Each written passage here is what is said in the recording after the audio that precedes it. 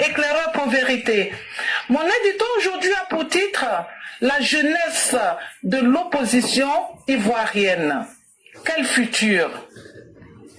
Pour les Nations Unies, la jeunesse désigne des personnes entre 12 et 24 ans d'âge, ce qui peut changer aussi pour aller de 14 jusqu'à 35 ans.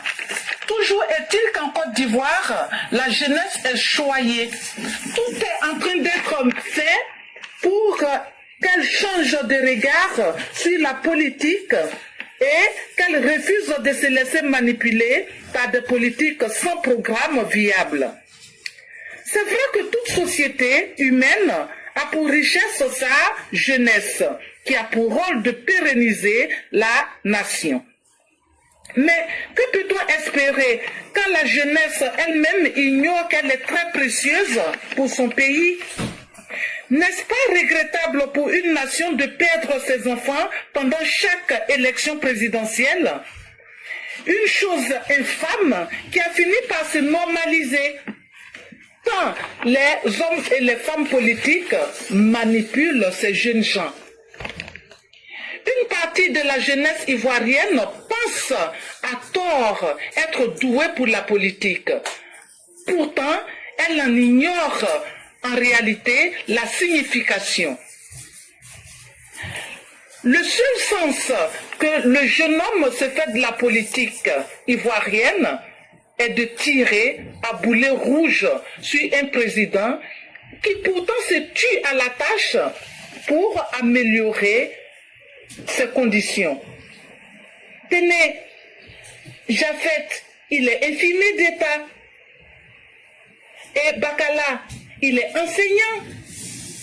Mais la haine qu'il porte contre le président de la République, son Excellence Alassane Ouattara, ne peut pas nous donner l'impression que l'infirmier pourrait tuer à cause du patronyme de son patient et que l'enseignant pourrait enseigner des valeurs qui vont contre la cohésion sociale du pays. Voilà où nous en sommes. Voilà ce qui fait froid dans le dos. Une attitude suscitée par une fausse idée de la politique. Et ce qui est effarant, c'est que lorsque ces individus-là, à l'instar de Bakala et de Flan, se font avoir, lorsqu'ils se font arrêter, ils se font en excuse.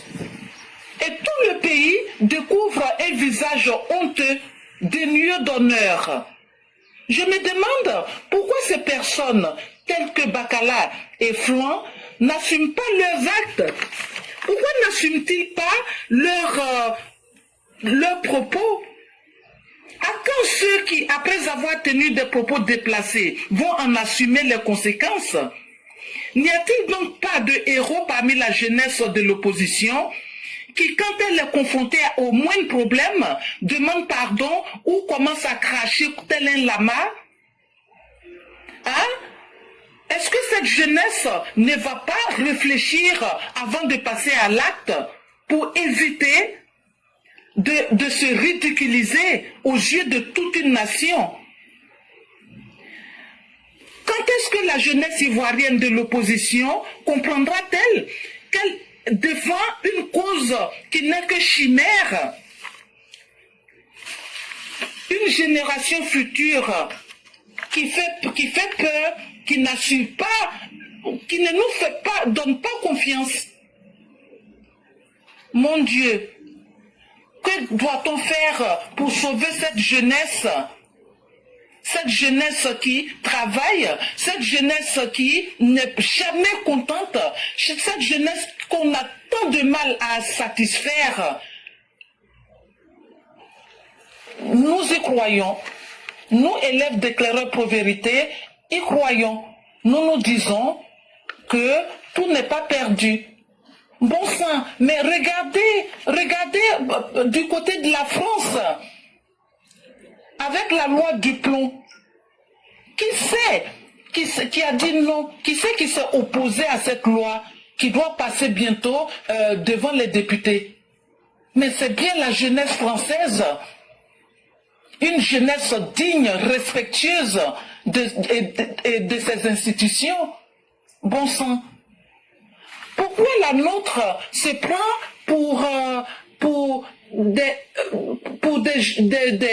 des jeunes gens, pour des héros en carton mâché, des héros sans scrupules ni bravoure, des héros qui ne veulent pas passer au feu. Eux, ils passent les autres par le feu en leur mettant des colliers incandescents au cou, mais eux, ils détalent devant cette même mort. Rien qu'à l'idée de mourir, rien qu'à l'idée d'aller en prison, ils font dans leur froc. C'est le cas de le dire. Laissons cette jeunesse-là aux prises avec la justice pour qu'ils répondent, que ces jeunes gens répondent de leurs actes sans demander pardon. C'est ça aussi, s'assumer. Merci et à bientôt. Merci infiniment à Mère Blanc et belle conclusion qu'elle donne. Laissons la jeunesse s'assumer en face de la justice. Et c'est très important. Là où pendant très longtemps la jeunesse a été animalisée, la jeunesse a été encouragée dans le mal, les gens finissent même par oublier le sens de la responsabilité. Et vraiment, s'il y a un mal qui a été fait à notre pays, Laurent Gbagbo et sa bande ont non seulement détruit assez de vies humaines que ni la colonisation ni l'esclavage en Côte d'Ivoire n'ont fait, mais il a détruit aussi les valeurs morales et même les valeurs académiques. Le mal de Laurent Gbagbo a été tellement profond que lorsque vous vous asseyez et que vous regardez aujourd'hui les relais qu'il laisse derrière lui, c'est un héritage dangereux. Et même le PDCI qui se sert aujourd'hui à ce jeu. Et c'est là que la justice devrait être implacable. C'est là que la justice devrait être plus que ferme. Parce qu'on ne peut pas continuer, si nous voulons construire une nation, avec des jeunes qui posent des actes, et dès qu'ils voient le poids de la responsabilité de leur acte posé, je demande pardon. Mais c'est trop facile. Vos paroles tuent. Vos paroles détruisent des vies. Vos paroles blessent et déchirent des cœurs. Et vous voulez que le lendemain vous dites pardon et que ça passe. Et même souvent, c'est eux-mêmes qui imposent le rythme de leur pardon à leurs victimes. Pendant trop longtemps, cela a été une habitude en Côte d'Ivoire. Et il faut que ça cesse. On a conseillé, on a averti, on a interpellé. Mais si aujourd'hui, tout le monde voit le mal de ces attitudes-là, c'est à chacun de nous de persister. Nous qui pensons que nous sommes dans la bonne voie, continuons à sensibiliser. Continuons à montrer à ces malfaiteurs qu'une autre alternative est possible. Celle de se reformer. Tu as construit ton avenir, tu es devenu infirmier, tu es devenu instituteur. Ce n'est pas Gbagbo qui a construit ton avenir, mais tu t'es laissé abuser, tu as détruit ton avenir. Bakala, lui, s'en est pris 3 ans. Quand il va sortir, là, est-ce qu'on va l'attendre pendant 3 ans? Son casier judiciaire sera sale. Et il doit payer 5 millions en plus de cela. Où ils vont enlever cette somme? Entre-temps, les politiciens, eux, ils auront gagné leurs milliards qu'ils ont dans leur compte bancaire. Ils ne vont jamais partager ça avec toi ni ta famille. Quand on donne des conseils, les gens pensent que c'est parce qu'on est bête. Il y a des comportements là, ça ne paye pas. Il y a des comportements là, ça ne fera que te conduire dans un enfer. Mais si tu dois aller en enfer là, tu dois te retrouver en enfer pour toi-même tes propres choix. Tu ne fais pas un choix qui a été guidé ou même téléguidé par quelqu'un. En tout cas, la justice, nous osons espérer qu'elle ne sera pas laxiste. Nous osons espérer qu'elle ne va pas reculer. Que non, comme c'est l'élection là, on ne veut pas qu'on a qu'à gâter le nom du pays. Mais les gens n'attendent pas. C'est bien sûr à cause des élections que les gens sont en train de poser des actes malveillants. Et donc justement, si votre travail était tellement facile que c'est vous qui devriez choisir quand les criminels devraient aller voler, quand les incidents devraient se faire, en ce moment tout le monde pouvait jouer votre rôle. Mais dans chaque travail, il y a un défi. Dans chaque travail, il y a un défi. C'est parce que les malfaiteurs se disent, comme il y aura des élections, il faut qu'on mette tout en place pour essayer de créer le maximum de désordre. Et c'est aussi à ce moment que vous devez multiplier aussi les sanctions.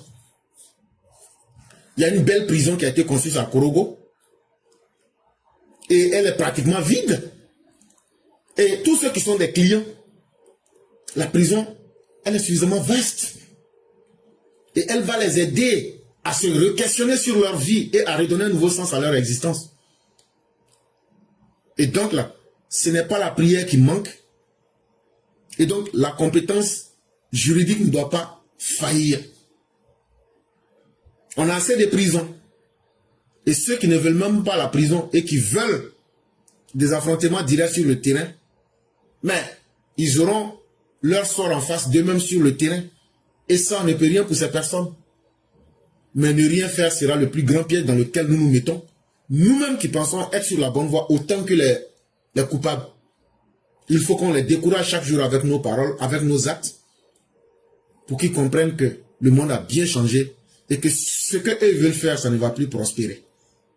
Vraiment merci à Mère Blanc, merci à tous ceux qui nous ont suivis. Nous sommes à la 56e minute. Aujourd'hui est un jour ouvrable. On ne pourra pas durer autant que les autres jours. Tous ceux qui souhaitent prendre la parole, rapidement signalez-vous pour qu'on puisse vous accorder le temps de parole.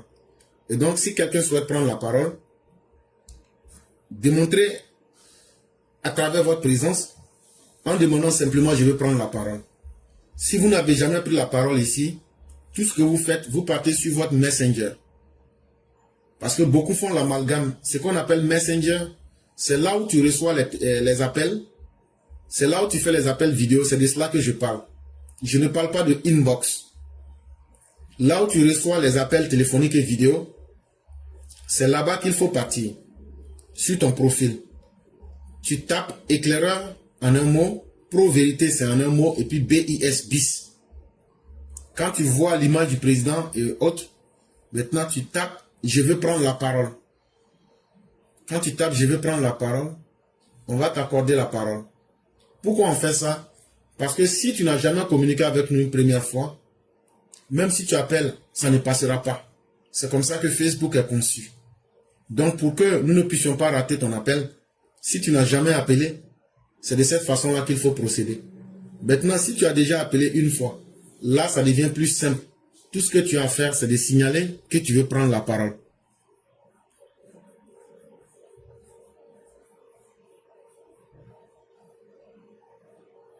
Et donc, à la 58e minute, cela fera 2 minutes. Nous avons déjà une personne.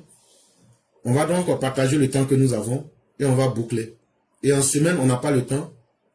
En fonction de la disponibilité, on offre rapidement le temps disponible. Après, donc, nous sommes à la 58e minute. Donc, c'est avec Mère Sali Kone que nous allons faire le direct. On va lui donner le temps de parler. On ne pourra plus prendre quelqu'un. Et après, elle, donc, on va fermer le direct. On ne pourra vraiment plus prendre quelqu'un. Et donc, je dis merci à tous ceux qui ont montré de l'intérêt aujourd'hui. On va écouter Mère Sali Kone. Et dès qu'elle a fini, on va passer à la conclusion. Et je dis merci à tous.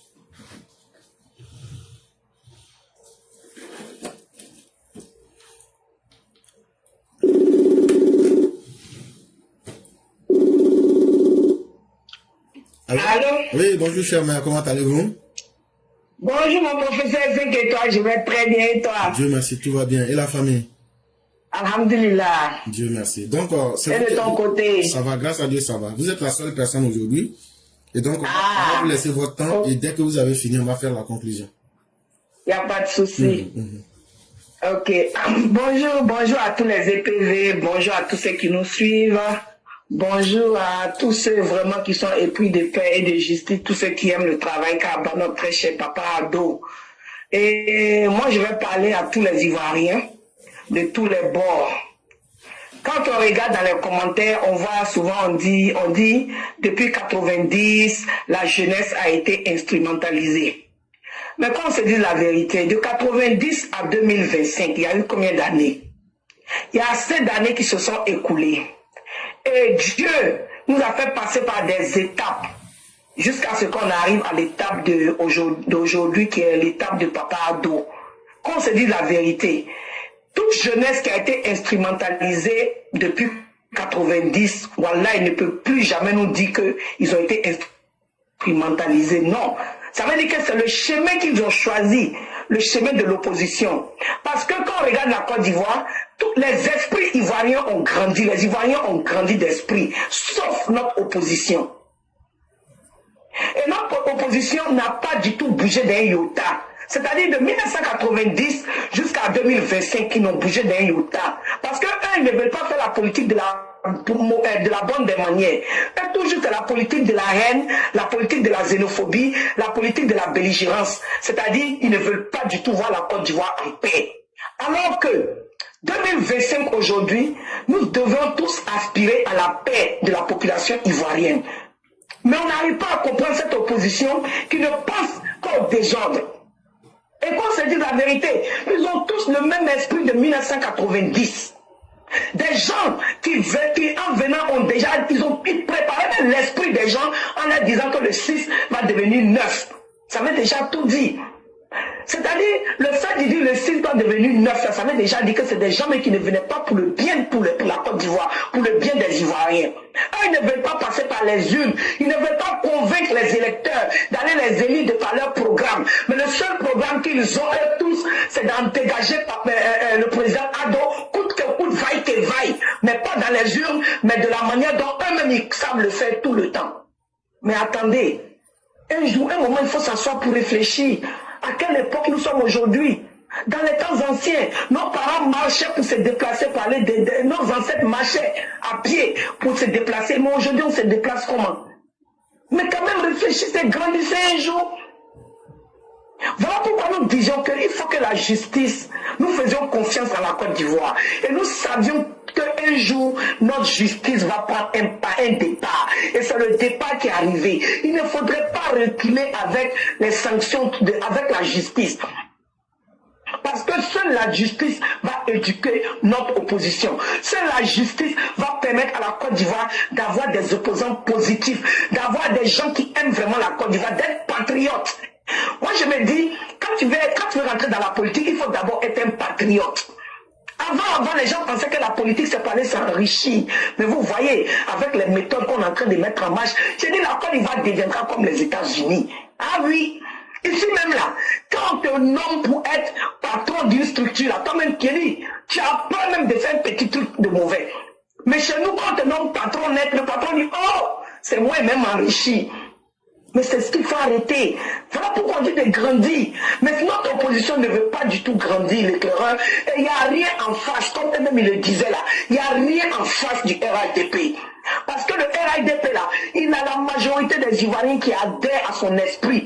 La majorité des Ivoiriens aiment ce qui se passe au pays aujourd'hui. Parce que beaucoup ont voyagé, beaucoup sont sortis, ils sont allés voir chez les Blancs, ils voient comment les Blancs se comportent. Et c'est cette copie là que nous voulons chez nous. Quand tu sors pour aller quelque part là, c'est pour aller prendre les bonnes manières pour venir arranger chez toi. Ce qui n'existe pas chez toi là, tu veux que ça change. Aujourd'hui, quelqu'un qui avait un garbadrome en Côte d'Ivoire, qui est sorti pour aller apprendre ailleurs, quand il va revenir, son garbadrome ne ressemblera pas au même garbadrome qu'il avait avant. Non. Il va mettre de la manière dedans. Il va mettre de la modernisation dedans. Et c'est ça que Papa Ado nous apporte en Côte d'Ivoire. Ce monsieur est en train de nous donner tout ce qu'il a vu chez les autres de bien.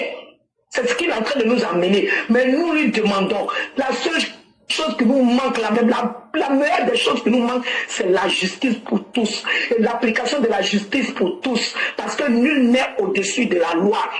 Oui, chez les Blancs ici, là, c'est la même chose qui se passe et c'est ce que nous voulons pour notre pays. Nul n'est au-dessus de la loi. Et le respect du prochain passe par la loi. C'est la loi qui te permet de respecter quelqu'un. C'est la loi qui fait que quand tu vois quelqu'un qui ne lui dit pas, toi tu es comme ça, toi tu n'es pas comme ça, c'est la loi qui doit nous permettre ça. Et la politique doit être dirigée par la loi. C'est-à-dire, les politiciens qui viennent nous donner de ces discours de division, de haine, doivent être bannis de la politique. Ah oui, parce que nous ne voulons plus retourner en arrière. Le monde avance et vous ne voulez pas avancer avec le monde. Nous sommes fatigués et que Dieu continue d'avoir sa main sur la Côte d'Ivoire pour qu'on puisse avoir une Côte d'Ivoire nouvelle avec des opposants patriotes, mais pas des opposants qui aiment même le pays. Parce que quand tu dis que tu es un opposant, tu n'as pas besoin d'être au-dessus pays.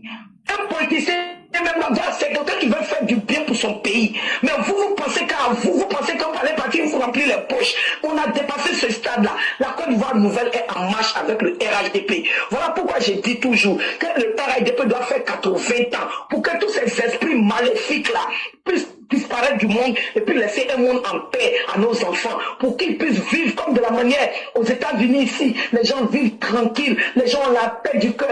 C'est-à-dire que franchement dit, tellement les gens même sont en paix mais qu'ils s'en foutent même de politique. Franchement, un jour on aimerait voir notre Côte d'Ivoire comme ça.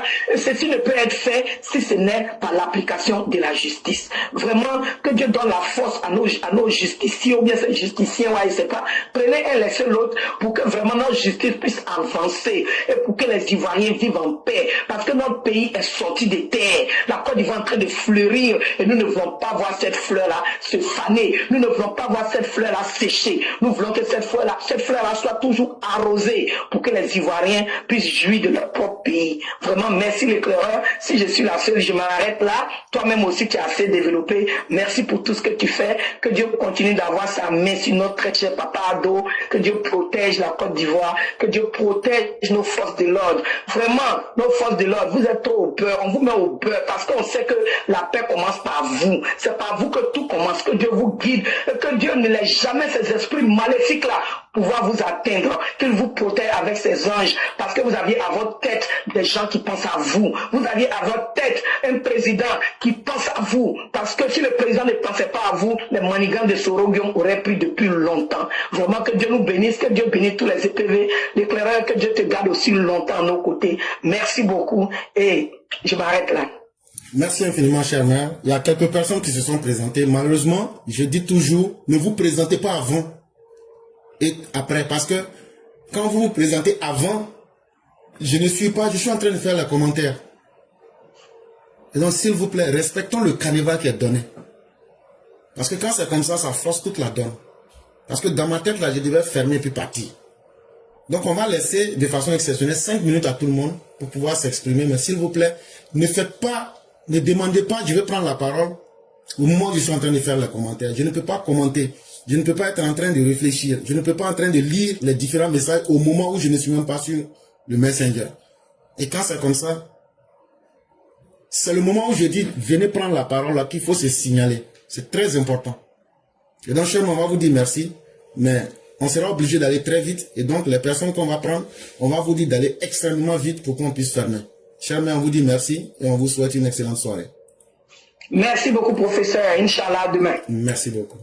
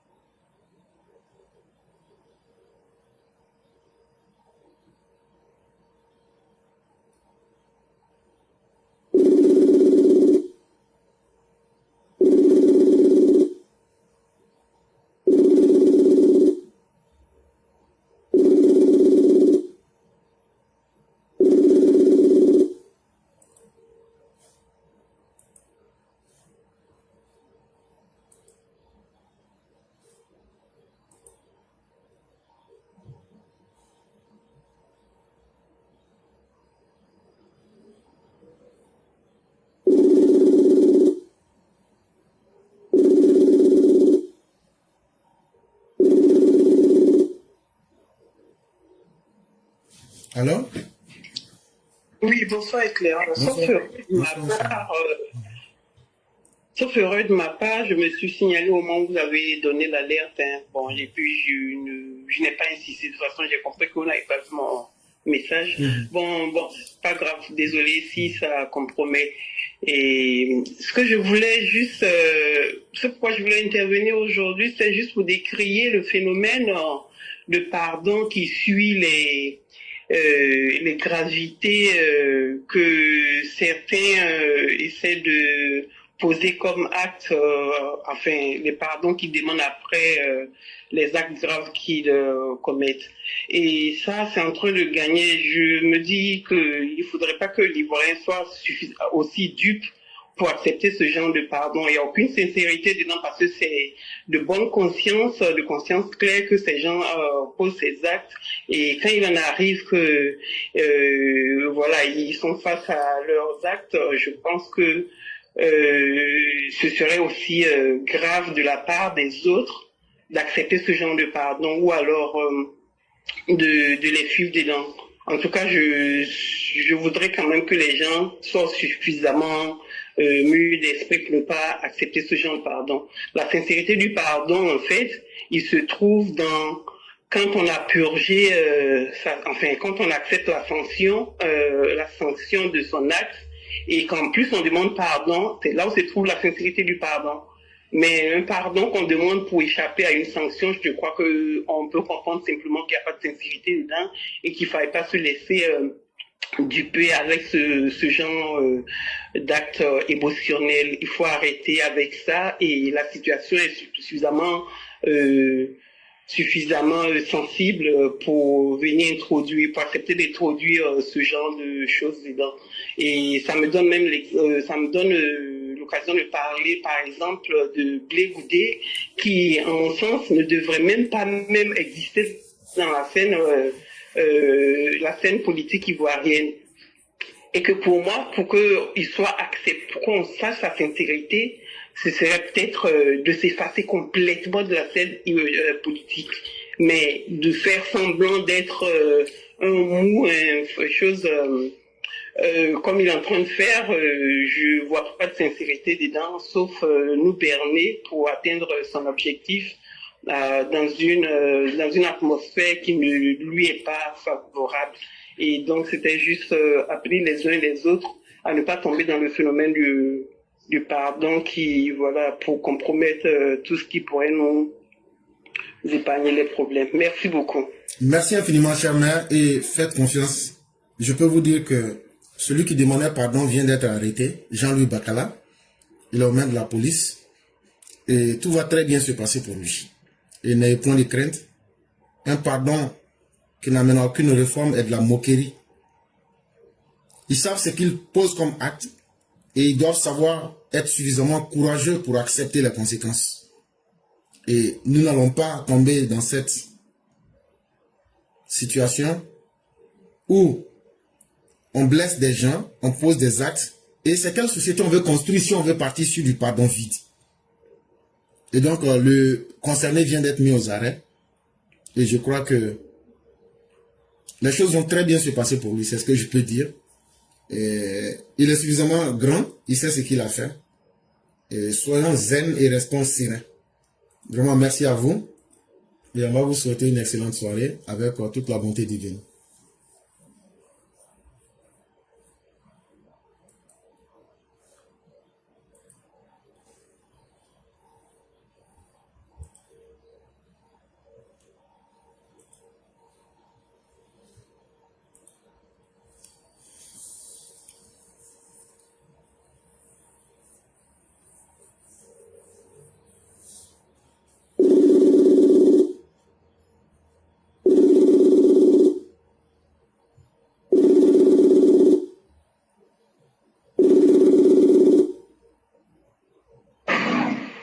Oui, bonsoir le conquérant, comment allez-vous?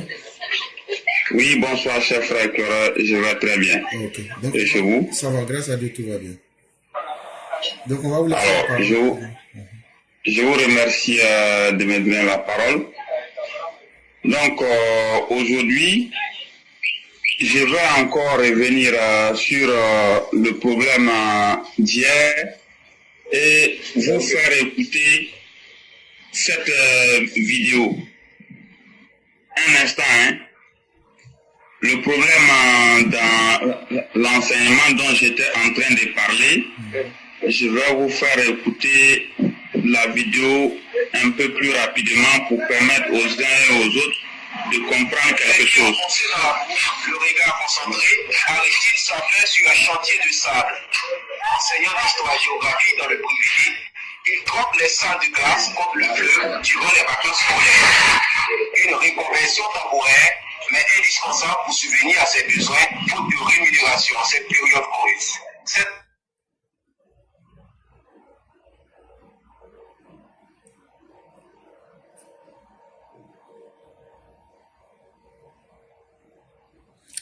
Alors, le concurrent, si vous êtes avec nous, nous n'arrivons pas du tout à vous entendre. Allô? Oui. Les pieds enfoncés dans la boue, le regard concentré, Aristide s'affaire sur un chantier de sable. Enseignant d'histoire-géographie dans le privé, il trompe les salles de classe contre le fleuve durant les vacances scolaires. Une reconversion temporaire, mais indispensable pour subvenir à ses besoins, faute de rémunération en cette période creuse. Cette activité lui rapporte 1500 francs CFA le jour. Je suis encore au boulot avec mes collègues. Nous sommes venus travailler. Vous voyez, c'est pendant les vacances, la vie difficile des situations du bébé. Elle est vraiment très facile, très compliquée. Et pour moi, je suis venu à nos besoins. Nous sommes obligés de transformer l'enseignant à pêcher du sang. De nombreux enseignants du privé se retrouvent sans salaire pendant les grandes vacances. Une situation que dénoncent les syndicats qui appellent les autorités à prendre leurs responsabilités. Un enseignant du privé qui fait le même travail qu'un enseignant du public devrait avoir des salaires qui sont plus ou moins similaires. Ça veut dire que la subvention que l'État baisse, cette subvention-là, il y a d'une part pour les enseignants et d'autre part pour les formateurs. Et du coup, un formateur ne peut pas se permettre de prendre toute la subvention et mettre dans sa poche et laisser ses travailleurs dans la précarité. En Côte d'Ivoire, la rentrée scolaire est prévue pour le mois de septembre. Pour des enseignants comme Aristide, chaque jour. Ok, donc comme je vous ai dit, je vais m'arrêter là pour la vidéo, mais vous avez bien fait le constat. Ceci était tout simplement une vidéo pour illustrer ce que nous avons eu à faire hier. Donc aujourd'hui, les faits se présentent bien devant tout le monde. Les uns et les autres doivent comprendre que la situation que nous étions en train de décrire hier est une situation réelle à laquelle le gouvernement devra faire face. Et pour ne pas être long, hier nous avons assez développé les sujets, mais comme aujourd'hui nous n'avons pas assez de temps, nous allons revenir prochainement sur ce sujet et je pense que c'est une interpellation collective. Les décideurs devront prendre des décisions très importantes, étudier la question attentivement pour le bonheur de l'éducation nationale dans notre pays. Je vous remercie. Vraiment, merci infiniment le concurrent. Merci encore d'envoyer en plus des propos d'hier la preuve, ce qui rend encore plus crédible la situation. Et il faut dire que c'est une situation qui est assez désespérante, parce que voir quelqu'un qui quand même a fait des études et qui a bien voulu quand même redonner ce même savoir, mais qui se retrouve en train de tirer le diable par la queue de cette façon, ça fait assez mal quand même. Mais Dieu merci, comme on a des impénitents, des inconscients, qui ne prennent pas conscience et qui veulent la prison mieux que leur boulot, je crois qu'il y a 2 places vides. Hein. Voilà, pour cet enseignant consciencieux, je crois qu'on peut lui demander de faire un test rapide pour aller occuper l'espace de Bacala, Jean-Louis, ou bien même s'il y a des infirmiers, etc. C'est une manière triviale de parler, mais c'est en même temps très sérieuse, pour dire que ceux qui veulent sérieusement quelque chose ne l'obtiennent pas. Mais ceux qui n'ont que faire des opportunités, c'est eux aujourd'hui qui sont remplis dans nos salles de classe parce que c'est eux qui ont les moyens de corrompre ou bien qui ont les parents qui les aident à rentrer dans l'administration pour créer la merde dans cette administration-là. Et donc, vraiment, merci encore d'être venu à la charge. C'est nous qui vous disons merci. Et donc, en 2 minutes, on va vous laisser faire la conclusion. Alors, je vous remercie énormément. Comme vous le savez, tous les jours, nous sommes ici pour éclairer l'opinion publique. Nous ferons toujours de notre mieux.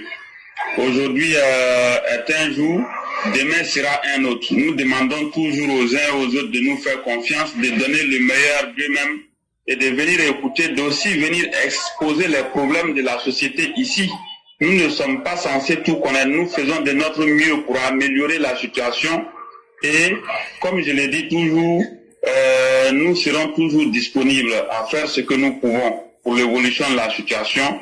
Donc je vous remercie beaucoup. Portez-vous bien. Demain sera un autre jour. Merci à vous. Merci à tous ceux qui nous ont suivis. Demain sera un autre jour et que la bonté divine nous accompagne.